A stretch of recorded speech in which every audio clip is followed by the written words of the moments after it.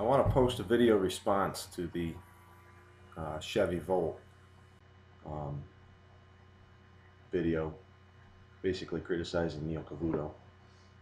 I'm not upset about you criticizing Neil Cavuto. Have at it. um, the problems I have with this is number one, we talk about converting to renewable energies. Well, the electric car doesn't exactly achieve that goal. Uh, right now, renewable energy only accounts for about 10% of American energy production. The other Another 50% comes from things like coal and natural gas, mainly from coal.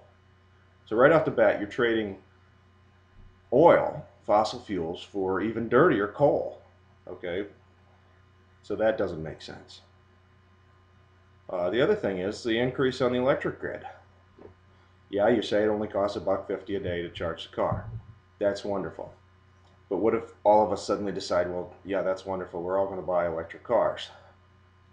Are the power lines out in front of my house going to be able to handle that if 100 of my neighbors are suddenly also charging their electric car? That's a concern.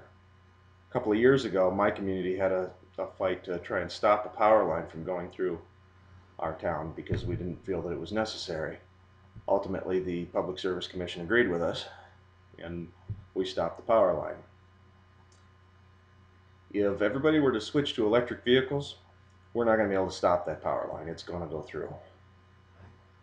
Um, I mean, on the premise of cutting back on our foreign oil production or foreign oil consumption, I'm totally for that. Whether you agree or disagree with uh, the global warming or climate change as a man-made factor, really I think is irrelevant when you consider the blood spilled for foreign oil. So I don't necessarily think that the Volt is a bad idea or a bad direction to go in.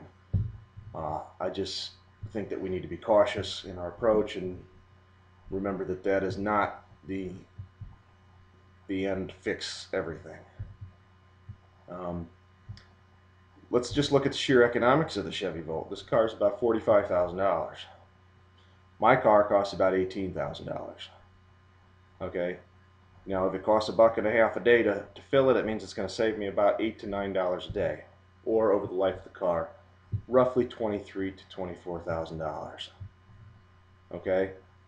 The difference between the $45,000 Volt and my $18,000 Pontiac is about $27,000. Why am I going to spend $27,000 more to save $23,000? Your economics don't work. I realize as the demand goes up and the supply continues to catch up with it and the technology comes forward, the price will come down. But until that price comes down, people simply aren't going to buy it. The only reason people buy it now is because of the $7,500 tax credit. Well, at $40,000 for every man, woman, and child in this country as their share of the national debt, I'd say adding another $7,500 is really not fair to the taxpayers. Again, I think the Chevy Volt is a step in the right direction. I think that the right needs to consider that the Volt is just part of a new generation of technology that we need to get on board with. In the meantime, the left needs to realize that we have sources of energy in this country, and we need to pursue that in an environmentally friendly way. I see drilling for more oil and natural gas is a bridge to the alternative energy solution. Um, we're not going to get there overnight, folks. This is going to take time.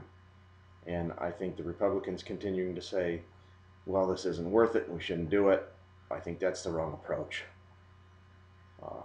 The Democrats saying, you know, we need to get off foreign oil and we need to get off fossil fuels and go to renewable energies, I think is kind of a naive approach as well. We're going to continue to use fossil fuels while we're waiting for this. Newt Gingrich says $2.50 a gallon for gas.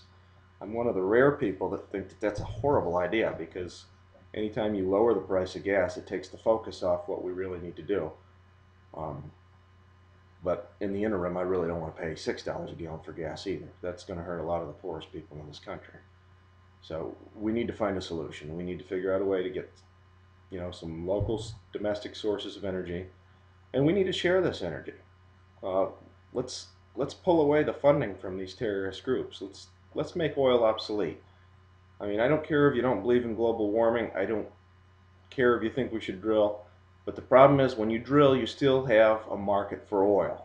When you keep that infrastructure in place, the oil is going to continue to be in demand. Whether we're buying it or China's buying it or Russia's buying it, somebody's going to continue to consume that oil. So let's bridge that gap with the oil for the short term. And for the long term, let's look at these alternative energies and let's try to get them online and make them viable, not just for us, but for every other peaceful nation in the world. And hopefully, we can stop this bloodshed and this ridiculous wars that we fight. Um, I guess if I've answered everything, I hope. Uh, Again, continue to post videos if you have a response to this. Hopefully we can have a dialogue rather than an argument. I noticed some of the posts there were kind of vulgar. And, that's not the kind of dialogue I'd like to have, but I definitely would like to have this discussion. Thank you.